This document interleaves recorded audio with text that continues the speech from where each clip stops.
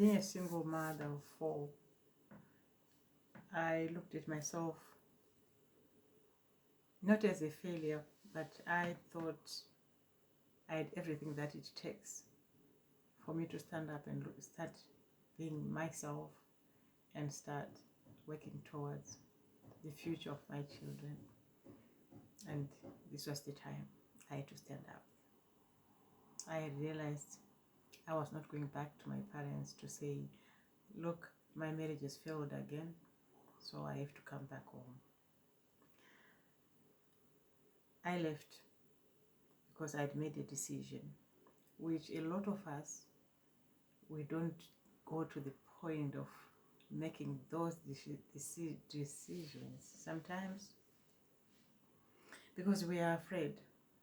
We don't know how the future is going to look like, or we are afraid that if my people are going to see that I've been a failure in my marriage and I have children without a father. So many mothers, they are given names, they are categorized, they are told they are just promiscuous women, they are loose women, they failed to handle the marriage, and so forth and so on goes on the mind of a single parent before you get out of a marriage.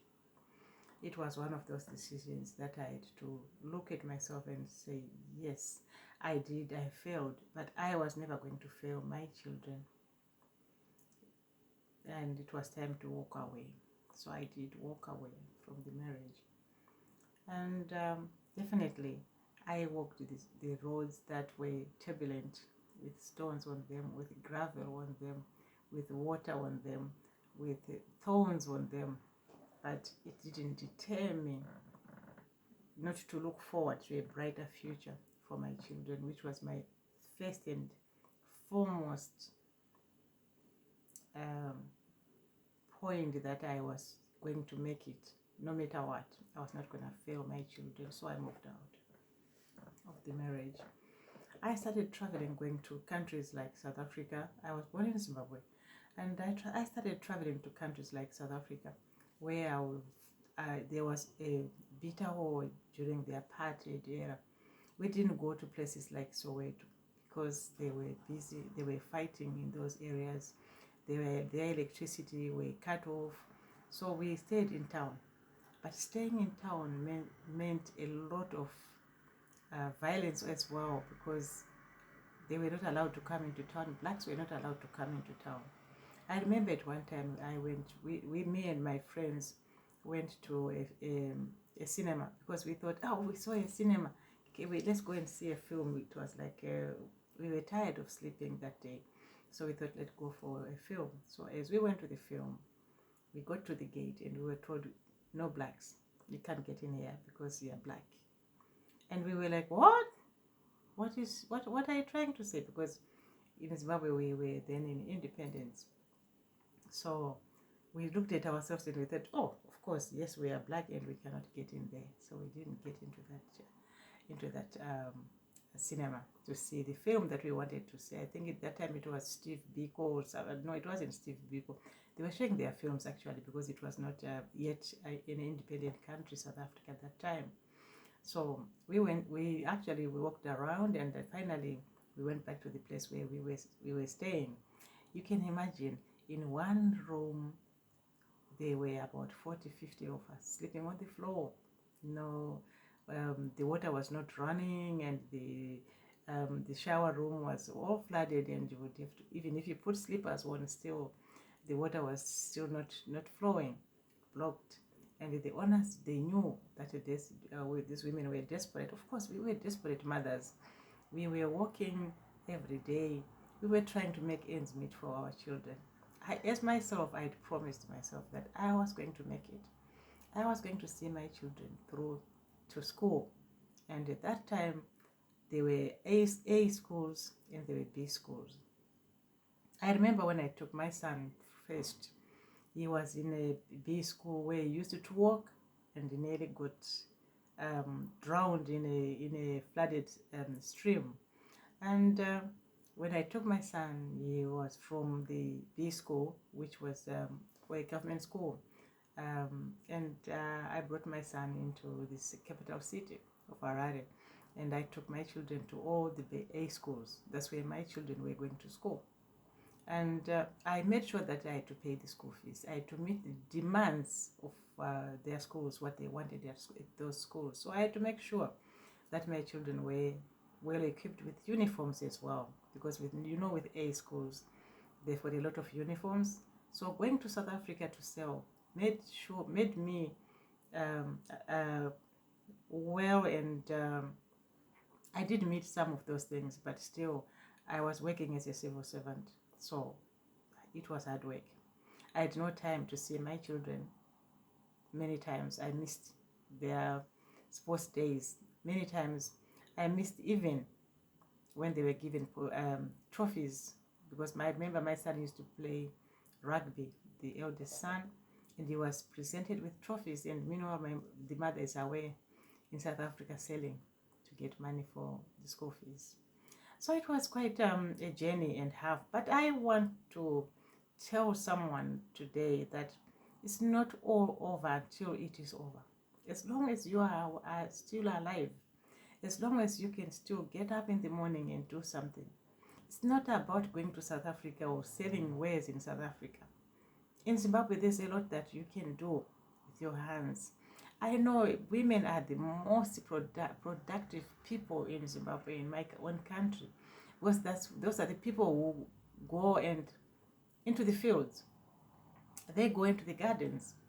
They do almost everything that you can ever think of. I remember I came across another little girl who is actually doing bricks.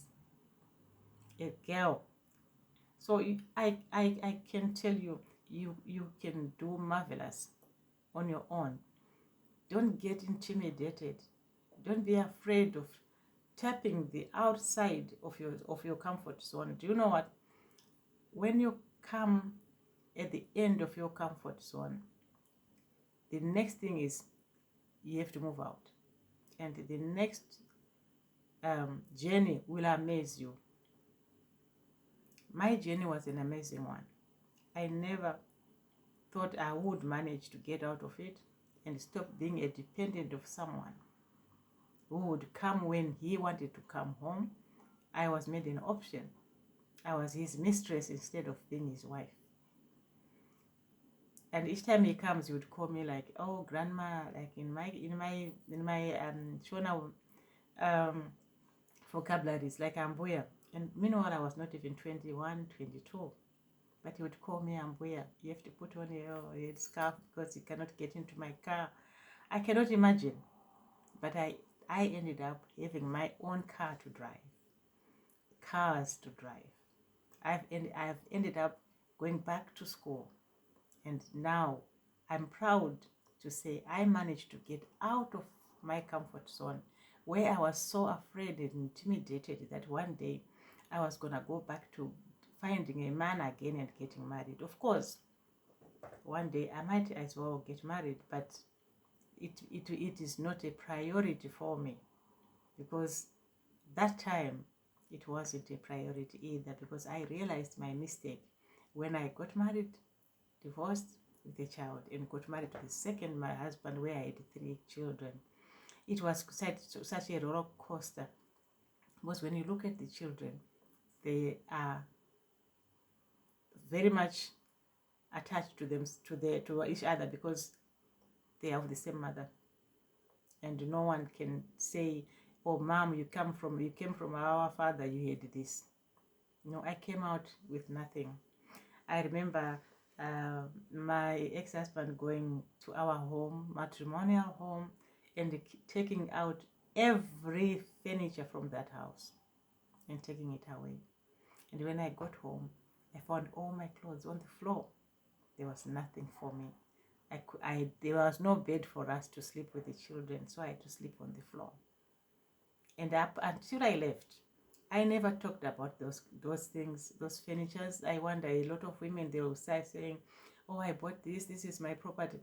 I left with nothing. Of course, I didn't buy them, because he was the one who was working and buying the property. But then Isn't it? We always say, chako and changu, yours is mine, because we are married.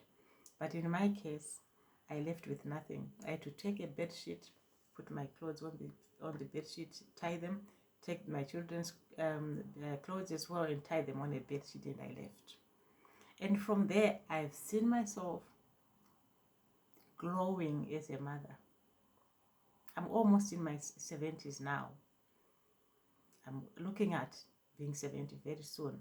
But I don't blame myself either.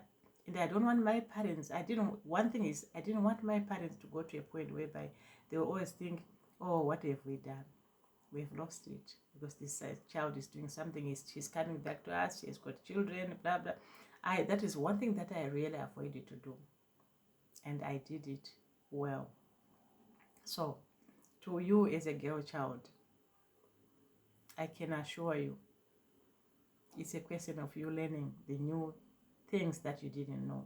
Don't stay in this is what I know. No, there's more that you can learn. There's more that you can do. There's more that you can even achieve when you get out of that comfort zone that you are thinking is comfortable. Meanwhile, you are being abused. Because abuse comes in so many ways. There's emotional abuse. Right? There's violent as well. Violence abuse, where you'll be beaten up to a pulp. But the emotional abuse gets to be too much overwhelming to you, to an extent where you are going to end up having strokes, you are going to end up having a lot of diseases, and your children will be looking at you and thinking, now, what is the next thing with our mom? So you are going to die bitter. And for that reason, your children as well will carry the bitterness that you have passed on to them. So, as a girl child, I want to assure you, you can do more than just being a dependent of a man. You can stand up for yourself and be counted as a mother. Your children will be proud of you. They will always look up to you. They will always emulate you. They will always learn from what you have done. So don't stay in a comfort zone, which is not a comfort zone, because you are afraid of venturing out of that comfort zone. There's a lot that you can achieve as you grow. So I wish you well.